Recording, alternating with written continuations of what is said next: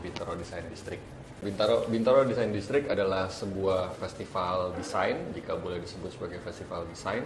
Tapi festival desain ini agak unik, saya bisa bilang agak unik karena ini lebih mirip acara Karang Taruna dibandingin festival desain atau kalau kita dengar kata festival-festival pada umumnya gitu.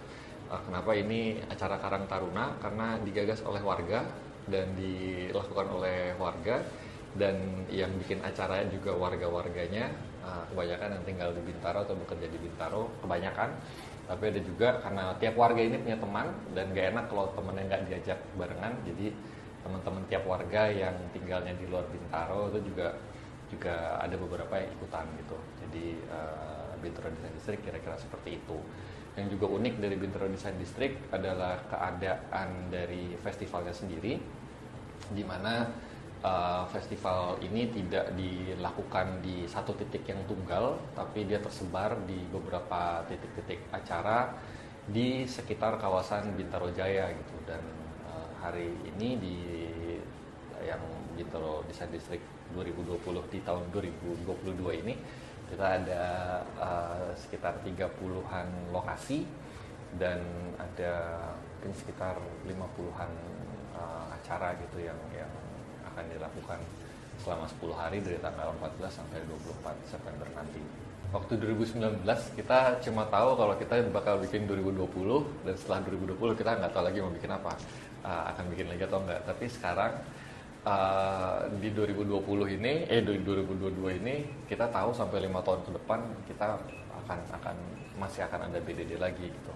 Iya, karena tahun ini yang berbeda dari 2018 dan 2019 adalah kita punya rencana untuk memiliki tempat bangunan gitu, BDD Center, dan di atas BDD Center itu kita udah memiliki rencana untuk melakukan BDD 5 tahun ke depan.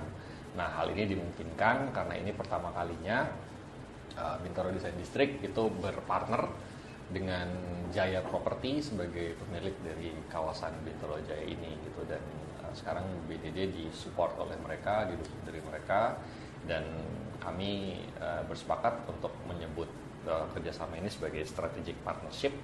Jadi Jaya Property adalah strategic partner dari Bintaro Design District, dan dengan dukungan mereka kita bisa ngebuat BDD Center namanya. Ini yang perbedaan yang besar sekali dari yang sebelum-sebelumnya. Pertama gini, karena kita tetap nyebut ini BDD 2020 karena di akhir 2019 kita udah bilang kalau kita akan bikin BDD 2020, dan temanya sudah ada, orang udah tahu, kita udah rilis, udah sosialisasikan itu gitu.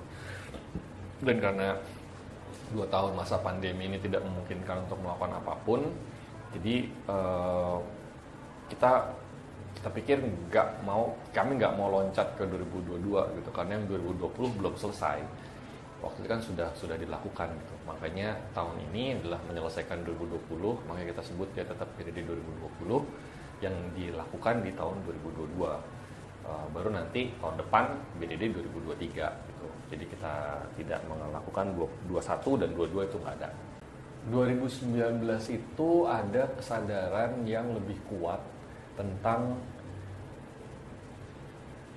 membentuk masa depan yang lebih baik, karena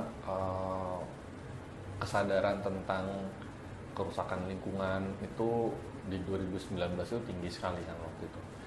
Jadi kami pikir setelah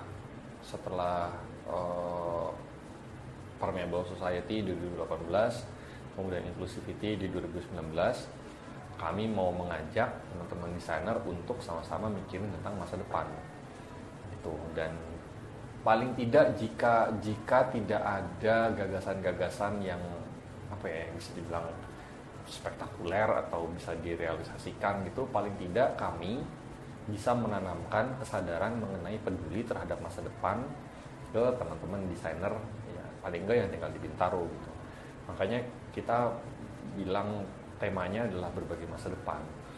Salah satunya juga mungkin karena kami ingin menaruh kesadaran bahwa apapun yang kita lakukan hari ini sebagai seorang desainer itu ada implikasinya buat masa depan.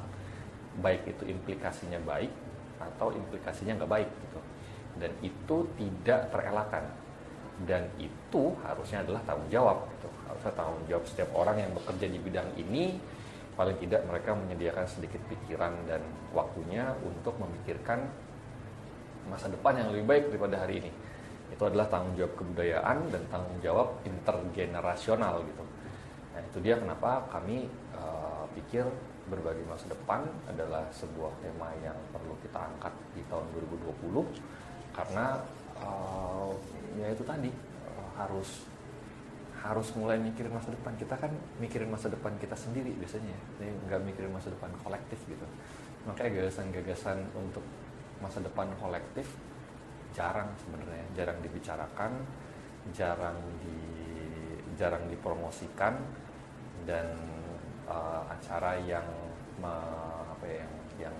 membicarakan tema ini dengan serius juga nggak banyak dilakukan gitu.